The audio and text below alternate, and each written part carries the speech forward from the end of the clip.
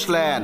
তার কিছুক্ষণ পর আরেকটি বাজ পাখি উড়াল দিয়ে এসে আরেকটি গাছের মধ্যে বসলেন।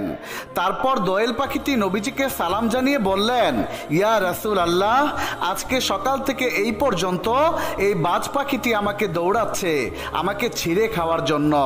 সকাল থেকে নিয়ে এখন পর্যন্ত উড়তে উড়তে আমি প্রায় ক্লান্ত শ্রান্ত হয়ে পড়েছি, আমার প্রাণ প্রায় যায় যায় অবস্থা। ওগো আল্লাহর নবী, আপনি এই বাজ পাখির কবল থেকে আমাকে রক্ষা করুন। হে আল্লাহর হাবিব, আমার দুইটি ছানা বাচ্চা রেখে এসেছি, না জানি আজকে সারাদিন তারা আমাকে না দেখে কতই না কষ্টের মধ্যে সময় পার করছে। আল্লাহর নবী তখন দোয়েল পাখির দিকে লক্ষ্য করে বললেন, হে দোয়েল পাখি, তুমি শান্ত হও, তুমি যেহেতু আমার কাছে এসে পড়েছ তোমার আর কোনো ভয় নেই। অতঃপর বিশ্ব নবী বাজ পাখিকে লক্ষ্য করে বললেন, হে বাজ পাখি, তুমি কেন আজকে সারাদিন যাবত এই দোয়েল পাখিটাকে দৌড়াচ্ছ? কেন তুমি এই পাখিকে খেতে চাচ্ছ? তখন বাজ পাখি নবীজিকে বললেন, ইয়া রাসূল আল্লাহ, বেয়াদবি মাফ করবেন। ওগো আল্লাহর হাবিব, আজকে 2 দিন যাবত আমার পেটে কিছুই পড়েনি, 2 দিন যাবত কিছু না খেতে পেরে আমার জীবন প্রায় যায় অবস্থা। ওগো আল্লাহর নবী, আজকে সকালে এই দোয়েল পাখিটি আমার সামনে এসে পড়ে, আর তখন আমি ক্ষুধার যন্ত্রণা সহ্য করতে না পেরে সিদ্ধান্ত নিলাম এই দোয়েল পাখিটিকে খাবো। তাই আমি সকাল থেকে এই পর্যন্ত দোয়েল পাখিটিকে খাওয়ার জন্য দৌড়াচ্ছি। আল্লাহর নবী তখন বাজ পাখিকে বললেন, হে বাজ পাখি, তুমি যদি এই দোয়েল পাখিটিকে খেয়ে ফেলো তাহলে এই দোয়েল পাখির ছোট ছোট ছানা বাচ্চাগুলোর কি হবে? একবার চিন্তা করে দেখেছো? বাজ পাখিটি তখন বললেন, ইয়া আল্লাহর হাবিব, ক্ষুধার যন্ত্রণায় আমার মাথা ঠিক ছিল না, আমি ভেবে পাচ্ছিলাম না যে কি করলে আমার ক্ষুধার যন্ত্রণা নিবারণ হবে। আমি 2 দিন যাবত কোনো কিছু না খেতে পেরে সামনে কোনো আধার না পেয়ে দোয়েল পাখিটিকে দেখে আমার মাথা নষ্ট হয়ে গিয়েছিল, কখন আমি দোয়েল পাখিটিকে খাবো, কখন আমার ক্ষুধা নিবারণ করব। তখন আল্লাহর নবী পাখিকে বললেন, হে বাজ পাখি, তুমি শান্ত হয়ে বসো, তোমার ক্ষুধা নিবারণের ব্যবস্থা আমি রাসূল করব। অতঃপর বিশ্ব নবী দোয়েল পাখিটিকে লক্ষ্য করে বললেন, হে দোয়েল পাখি, তোমার কোনো ভয় নেই, তুমি এখন খুশি মনে তোমার বাচ্চাদের কাছে ফিরে যেতে পারো। আমি কথা দিচ্ছি এই বাজ পাখি আর তোমার পিছু কখনো নেবে না। আল্লাহর নবীর মুখে এমন কথা শোনার পর দোয়েল পাখি খুশিতে আত্মহারা হয়ে নবীজিকে বললেন, ইয়া রাসূলুল্লাহ সাল্লাল্লাহু আলাইহি ওয়াসাল্লাম, আপনার মুখে এমন কথা শোনার পর আমার আর কোনো ভয় রইল না, আমি এখন নির্ভয়ে আমার বাচ্চাদের কাছে ফিরে যেতে পারবো। এই বলে দোয়েল পাখি বিশ্বনবীকে সালাম জানিয়ে উড়াল দিয়ে তার গন্তব্যের দিকে চলে গেলেন। এদিকে বাজ পাখি বসে আছে বিশ্বনবীর মুখের দিকে তাকিয়ে।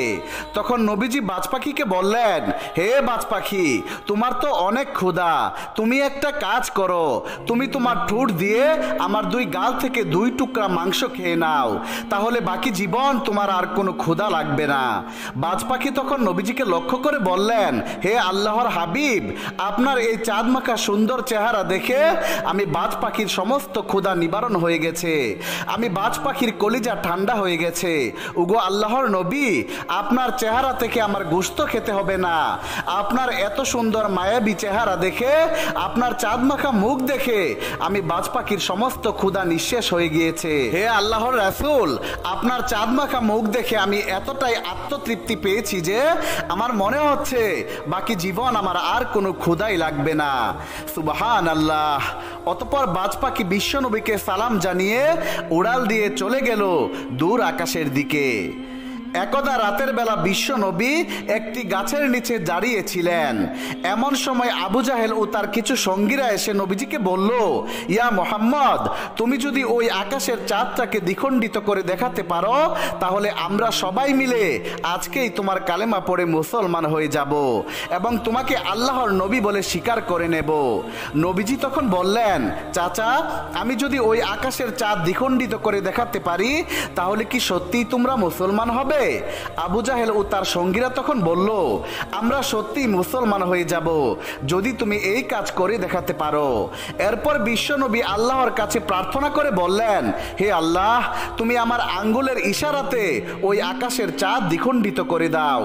আল্লাহ রব্বুল আলামিন নবীজির দোয়া সাথে সাথে কবুল করে নিলেন। অতঃপর বিশ্বনবী ওই আকাশের চাঁদের দিকে তাকিয়ে হাতের আঙ্গুলের ইশারা করার সাথে সাথে ওই আকাশের চাঁদ দ্বিখণ্ডিত হয়ে যায়। চাঁদটি দ্বিখণ্ডিত হয়ে যাওয়ার পর চাঁদের দুইটা টুকরার মাঝখানে এতটাই ফাঁকা ছিল যে চাঁদের মাঝখান দিয়ে হেরা পর্বত দেখা যাচ্ছিল। আর এই দৃশ্যটি আবু জাহেল ও তার সঙ্গীরা খুব ভালোভাবেই লক্ষ্য করছিল। এরপর বিশ্বনবী তাদেরকে বললেন, চাচা, এই যে দেখেন, আমি আপনাদের কথা মতো আল্লাহর কুদরতে চাঁদকে দুই টুকরো করে দিয়েছি।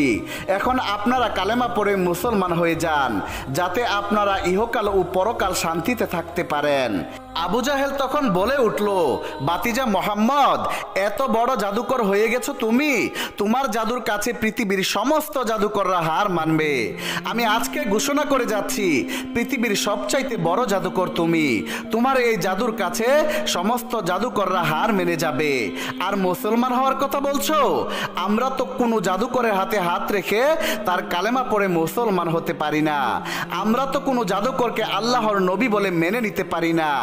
এইসব কথা বলতে বলতে আবু জেহেল ও তার সঙ্গীরা সেই স্থান থেকে প্রস্থান করলো।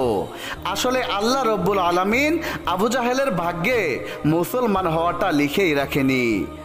একদিন এক বৃদ্ধ মহিলা অনেকগুলো কাপড় চোপড় এবং মালামাল নিয়ে তার বাড়ি থেকে কোথায় যেন চলে যাচ্ছে। ঠিক এমন সময় বিশ্ব নবী সেই বৃদ্ধ মহিলার কাছে এসে দাঁড়ালো এবং মহিলাকে বলল, মা, আপনি বৃদ্ধ মানুষ, এতগুলো মালামাল নিয়ে আপনি তো যেতে পারবেন না। আপনার মালামালগুলো আমাকে দিন, আমি নিয়ে যাচ্ছি। বৃদ্ধ মহিলা তখন নবীজিকে বলল, তুমি যদি এই উপকারটুকু করো তাহলে আমার জন্য ভালোই হয়। আমার খুব কষ্ট হচ্ছিল এইগুলো নিয়ে যেতে। অতঃপর নবীজি বৃদ্ধ মহিলার মালামালগুলো নিয়ে সামনের দিকে হেঁটে চললেন। হাঁটতে হাঁটতে একটা সময় নবীজি এক জায়গায় দাঁড়িয়ে বৃদ্ধ মহিলাকে বললেন, মা, আপনি এইসব মালামালগুলো নিয়ে কোথায় যাচ্ছেন? তখন বৃদ্ধ মহিলা বলল, বাবারে, দুঃখের কথা আর তোমাকে কি বলবো, এই মক্কাতে নাকি একজন জাদুকর এসেছে যার নাম মোহাম্মদ। সে যার সাথেই নাকি কথা বলে সেই নাকি তার জাদুতে মুগ্ধ হয়ে মুসলমান হয়ে যায়। আমি এতদিন যাবৎ মূর্তি পূজা করে এসেছি, কোনোদিন আমার বাপদাদার ধর্ম ছাড়তে পারবো না। তাই আমি যাতে সেই জাদুকরের সামনে পড়া না লাগে, তাই আমি আমার এই বাড়ি ছেড়ে অন্যত্র চলে যাচ্ছি। বিশ্বনবী মহিলার মুখে এই কথা শোনার পর আর কিছুই বললেন না। অতঃপর নবীজি আবার সামনের দিকে হাঁটতে লাগলেন। একটা সময় বিশ্ব নবী ওই বৃদ্ধ মহিলার গন্তব্য স্থানে এসে পৌঁছালেন। অতঃপর নবীজি সমস্ত মালামালগুলো নামিয়ে চলে যাচ্ছিলেন। ঠিক এমন সময় পিছন দিক থেকে বৃদ্ধ মহিলা নবীজিকে ডেকে বললেন, বাবা, তুমি তো চলেই যাচ্ছ, কিন্তু তোমার পরিচয়টা তো জানতে পারলাম না। তুমি তোমার পরিচয়টা একটু বলে যাও। তখন নবীজি বৃদ্ধ মহিলাকে বলল, মা, আপনি যাকে জাদুকর বলছেন, যার বয়ে আপনি বাড়ি ছেড়ে এখানে চলে আসলেন, আমি সেই মোহাম্মদ। তখন বৃদ্ধ মহিলা নবীজির দিকে অবাক হয়ে তাকিয়ে রইল এবং বলল, যদি তুমি সেই জাদুকর হয়ে থাকো তাহলে আমিও তোমার জাদুতে বশীভূত হয়ে গেছি। তুমি এক্ষুনি আমাকে কালেমা পড়ে মুসলমান বানিয়ে দাও। অতঃপর আল্লাহর হাবিব ওই বৃদ্ধ মহিলাকে কালেমা পড়িয়ে মুসলমান বানিয়ে দিল। সুবহানাল্লাহ। প্রিয় বন্ধুরা, এই ছিল বিশ্বনবীর জীবদ্দশায় তার জীবন থেকে নেওয়া বিশেষ কিছু ঘটনা বলি। আল্লাহ রব্বুল আলামিন আমাদের সবাইকে বিশ্বনবীর দেখানো পথে চলার তৌফিক দান করুন। আমিন।